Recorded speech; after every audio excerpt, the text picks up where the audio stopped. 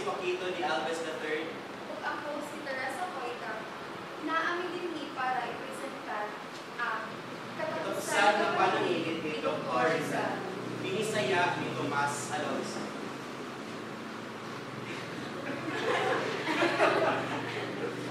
At Diyos nilara, yuta na tawhan, dapit sa algaw nilalaga, mutya sa dagat sa lahat, among nahanay ang hinala. Ihatag ko kanino mamalimpangin ang kinabuti ko sa kapalaran.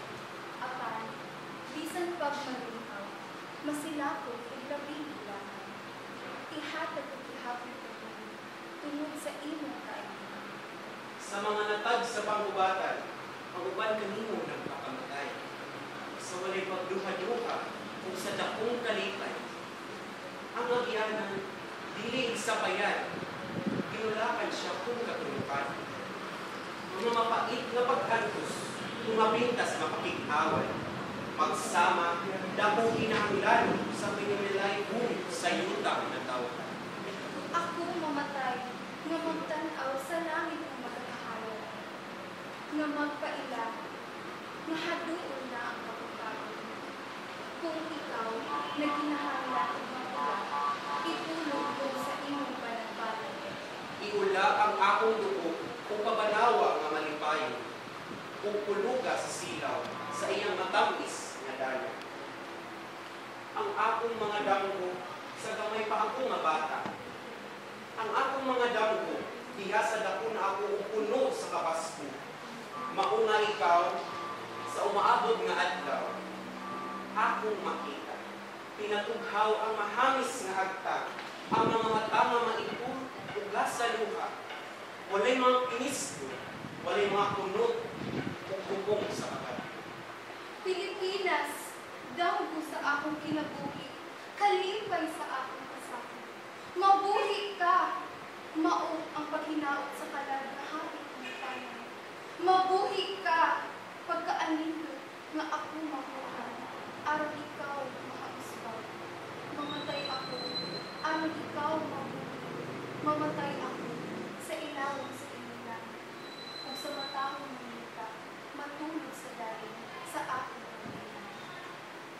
Kung sa umaabot nga adlaw, makita mo sa ibabaw sa akong lubnganan. Ibon sa masiot nga sagot, usa ka bulak na tingawa. Habdi sa imong mga ngabin, kay mao ang bulak sa akong hanunganan.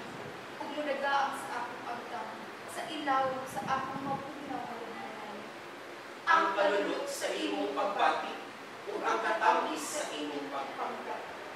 Itugot na makita ko ang bulan sa iyang mabunaw nga kahayag. Pasabdi, Mapasilaban ko sa maluspag nga siga sa panagbanan. pasabdi, Nga ang hangin magdamling sa ilang lupan. Kung sa kalangga mubak sa pusa akong lulan. pasabdi, Nga muawit sa ilang huni sa kalinapan. pasabdi, ngang adlaw maglagiting sa init sa mga ulan mo paalis na, ug mapabalik sa langit na putli, uyog sa akong pagkainay. Pasabdi, nang usap hingala maghilak sa akong galit na pagpanaw, ug sa malinaw ang hapunod, may mag-ampo tungod sa akong kalipay. Pag-ampo usap, yutang na tawhan, alang sa akong malinaw pagpakulan. Pag-ampo sa tanan nga nangamatay nga walay kapalaran. Pag-ampo sa mga nakaanto sa mga kasakit nga walay sanggitanan.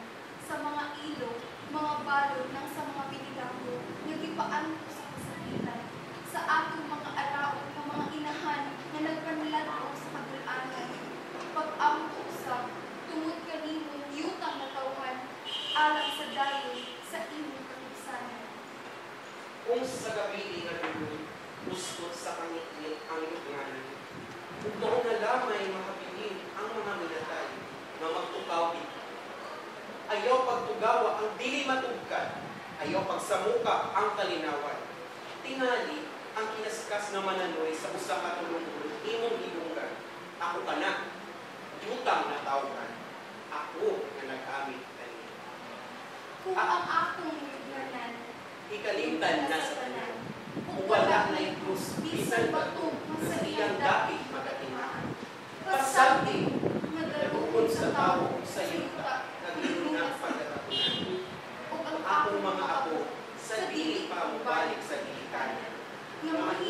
makita ang ako sa imo paspasan. Kung sa imong niana, walay sa kayan na imo akong ang imong kahanginan, kawalugan, ug kasapaan na tasod ko. Masipa o kanaluy nga lalo, mahimo ako sa inyong dalugan. Kahumot, kahaya, awit, inagulo o kabulukan. Kanunay na magpapahinagdong kanino sa akong pagtuo.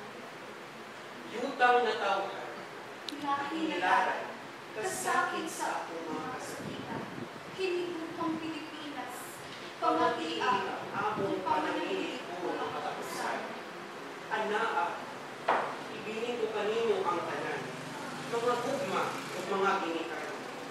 Mupadulong ako sa dapit, diin walay mga ulipon o mga tampalasan. diin ang pagtuo, dili makamatay. Kay mao kang bathala, naging harian. Adios Mga ginikanan, mga nasod, sa akong mga kalag, mga tiunan, mga kauban sa pagkabata. sa nahanap o manipayong balay, Pasalamat pa mo maghala. nga mapakapahulay ako ni adlaw nga malaka. Adios, Matamis ngayon walang yaw. akong higal, akong kalipan. Adios, Mga hinigupang, ang pagkamatay, mao ang pagpahulay. katapusan Usan na na paningin paningin ni Dr. Rizal.